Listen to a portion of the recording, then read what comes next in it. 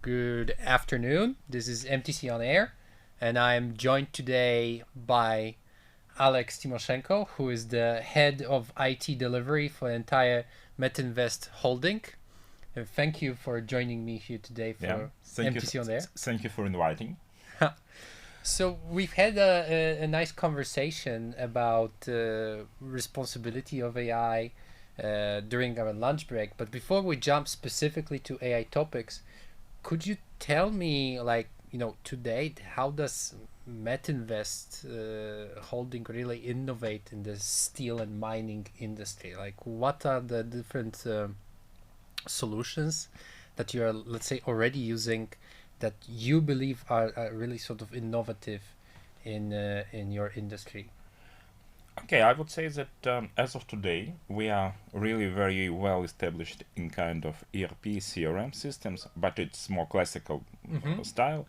So in that respect, we are SAP oriented. So it's all their solutions. But in addition to that, we have a rather profound delivery on our own. So we created a rather good innovative product which is called Digital Workplace, which is really rather fancy and very well, let's say, accepted by our staff, especially by the workers, because right now they have access to all the necessary information, but they don't need to have access to the computer. They can use the mobile phones, and it's done based on Microsoft technologies. So we have rather profound development team. It's kind of our really good product, and now we start to, let's say, to market it outside the group. And in addition to that, we have a rather profound team in R&D and in, as we call it, data governance. So we have a really good team, and with our data governance and R&D team, we created a lot of, I would say, rather interesting products for just for our industry. The one which was rather well advertised was silicon and steel, as we call it. So, silicon and steel. Yes. So basically, based on the proportion and the percentage of the silicon, you can make a prediction on how you use the fuel. How much fuel do you use? And basically, it really brings a rather serious economic effect for the optimization. Yes, right? Yeah, exactly. And in addition to that, we do a lot of stuff on the optimization models for logistics. Because for us, especially taking into consideration the current case in Ukraine with the war and with limitations on the possibilities to use the sea, so we have kind of limited options. We had to rethink our approaches toward them. Toward transportation and logistics. How to arrange our transportation and logistics. And basically we implemented several models on how to utilize our, let's say, railways and limited amount of sea freights and so forth. So forth. So basically, I would say that's the most interesting things. And of course, right now we are working a lot of different styles like OCR or NLP, with our team. And right now we are finalizing creation of our new product to do the real optical character recognition, and we hope to substitute some kind of, it's our own development, and we plan to substitute the software packages which are commonly used in the market. And basically the quality of recognition is rather high, and we are using it extensively in different areas. Plus we are rather big users of different robotics and RPA and IRPA, and we have created about 50 something processes which are fully implemented with robotic solutions. Really? I mean, when you touched upon this custom model for OCR, do you sort of outsource those models developed in-house? Is it also like a business model for Metinvest? Are you planning, for example, with this OCR model to do that? Yeah, exactly. It's our proprietary development. It's our model. and right now we are considering an option of making it available on the market. Okay. Yeah. So, but basically, it's kind of working for Metinvest. We have a rather big. It's a rather big group, and we have a very demanding our clients, and they know what they want, and they really want to get more and more. How to say, paybacks or efficiencies from using the IT. And based on such a demanding client, we have a really good, let's call it sandbox. So we create some kind of solutions. We use them in real life with our companies within the group, and then we start to put them on the open market. Operationalize it. So, Yeah. in other words, what you're saying really is, because one of my questions was really, what are the mechanisms of innovation? But what you're telling me is that you have such amount of data and specific requirements that you almost have your internal companies within Metinvest Holding as this sort of proving ground for your solutions. Yeah, I would put it in that there is a very good English proverb: "The proof of the pudding is in the eating." Yeah. So basically, it's kind of we have an idea. I mean, it's either representatives from our companies within Metinvest, or with let's say our functions, vertical functions, or it's sometimes done by our IT. So it's kind of a real collaboration between users, clients, and IT staff. yeah. Yes, and basically we do these ideas. We are strong, let's say, followers of agile methods. So we try to start with POC, then MVP, then we start to do it phase by phase. Incrementally. Yes, incrementally, and it's really working. And every new project which we are now running, it's all done in such kind of steps to get to deliver most value for our clients. How do you make a decision to pick up, for example, a product from the shelf or from a vendor, or develop this sort of product in house? Because you said you have an in-house development of an OCR model.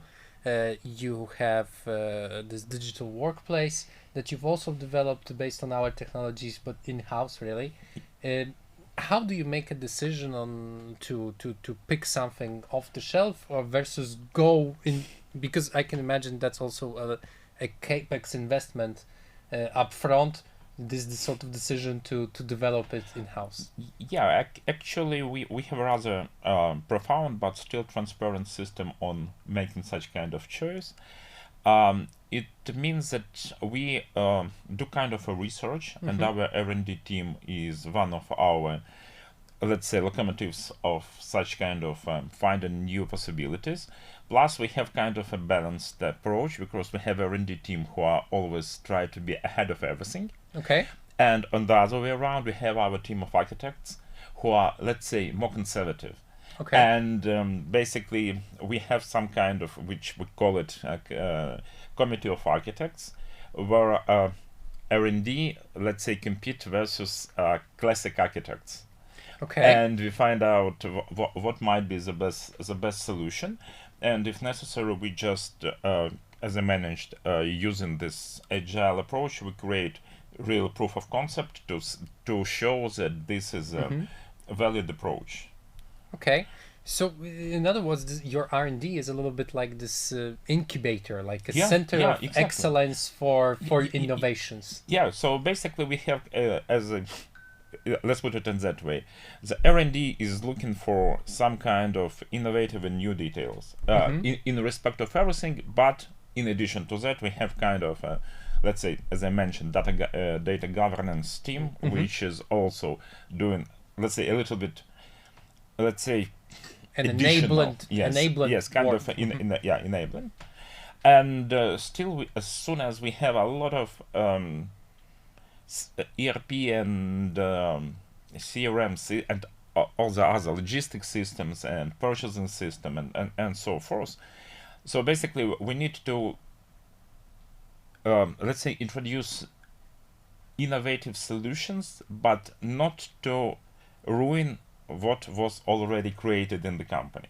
Okay. So and in that respect, we have kind of an internal, let's say internal competition, because it's not that we are running about some kind of fancy new technologies, and on the other way around, we are not trying to stick with all technologies which are already proven. So we try to you're find a balance yes, exactly. between one and the other. Yeah, yeah. So between what you already have, not to break down what you already yeah, have exactly. implemented. For us, sustainability is really necessary, because we need to provide a really, let's say, high level services for our clients, for our companies inside the group on the other, on the one way, but on the other way they expect us to be a real kind of digital partner for our business, to recommend some kind of innovations, like for example today on this conference which we have together with Microsoft. The majority of people here are from business. Yes. So there are not that many people from IT, and for us it's very necessary that we, together with our partners like Microsoft today, we try to do kind of not an education. Might be the wrong word. It's kind of making popular and making fancy to look for the new innovations and try to, let's say, rethink. Encouraging new ideas. Exactly. Yeah, exactly. So just for, and you might hear our vice president for IT, Sergey Dityuk, and he managed it, and he mentioned it in a really straightforward way, that it's necessary for us to get new ideas and to create some kind of innovative solutions which would basically bring value and bring new efficiencies to the business. Advantage. Yeah, exactly. Yes, and that's the ultimate goal. You've mentioned that we are here today on Copilot across different solutions. Where do you hope that these kind of large language model technology and modern AI can help in again, you've mentioned the topic of resilience of supply chain. Where is, like, I'm not asking about the entire group today. How do you see those sort of AI solutions helping out in Metinvest operations? I think that right now we are looking first of all on all these models to, let's say, to make the work of our people more efficient. Obviously, if you are talking about those who work on the steel plants or let's say refineries and so forth, it would not be the solution, purely the solution.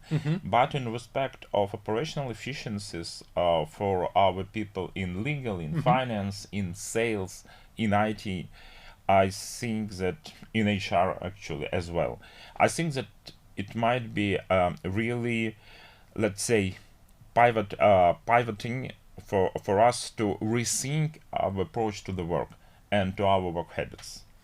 And of course, it's mostly about augmenting and helping people with their work. Yeah, exactly. So basically, if let's say 3-4 years ago we were oriented, for example, on just RPA, but now we are more talking about augmentation and about, let's say, intellectual RPA.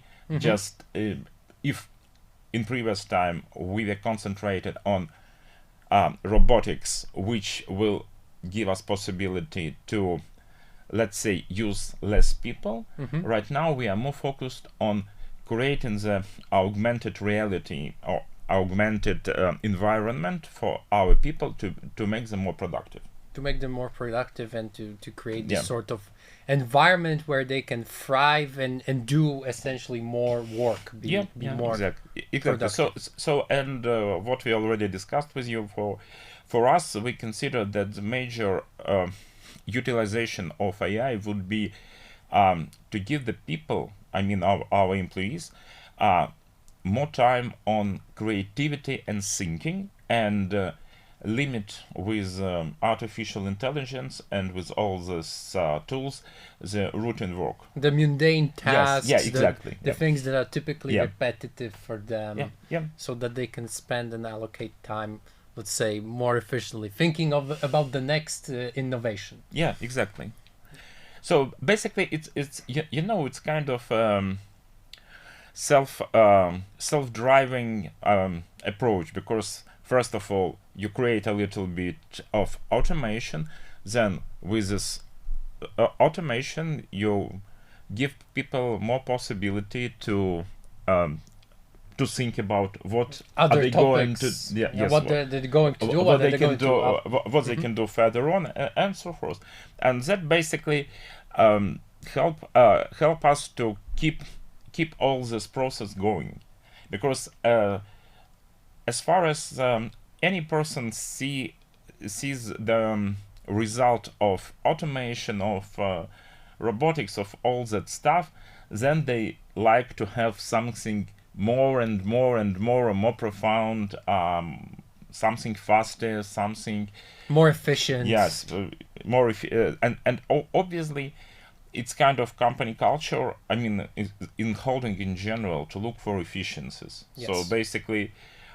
it's kind of for the last years. I am with the company for 3 years only, but for all this time, I would say that it's kind of a real kind of corporate game to find new efficiencies, and wherever possible. Yes, and automation, and especially with artificial intelligence, I do really see the big potential in that respect. Exactly. So my last question, really, for today, would be, let's dive a little bit into the future. Yeah. How do you see this connection between automation and AI models changing the steel and mining industry in the future close years to come?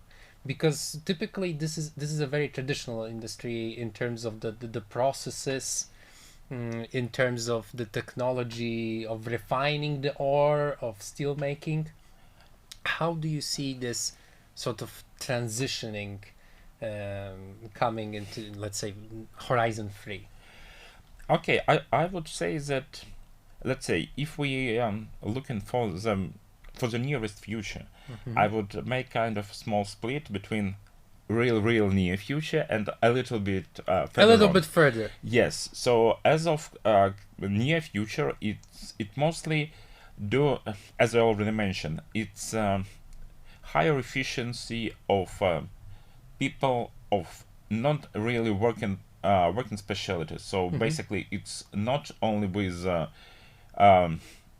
let's say steel production, mining, and so forth. It's more, let's call it office white collar. Yes, office or administration stuff. But still, we do have already some kind of ideas and really good results on how we can improve the, let's say, efficiency of pure production. The one which I already mentioned, our models which we used, unfortunately they were used mostly on Azovstal and Ilyicha, which were in Mariupol, but nonetheless they showed rather good results. You know that with this with the metal production, it's necessary to have the optimum temperature when you do it, and in respect of the temperature and the quality of the steel, you need to add more or less fuel. And obviously, if you have an optimum fuel, then you can have more efficiencies. And I think that this this also will be continued with gas consumption as well, with the water consumption, and so forth. Holistically about sustainability. Yeah, exactly. So the major idea is optimization. So it's the first thing. Another one which is also necessary is let's say logistics and transportation, and again optimization of the logistics routes.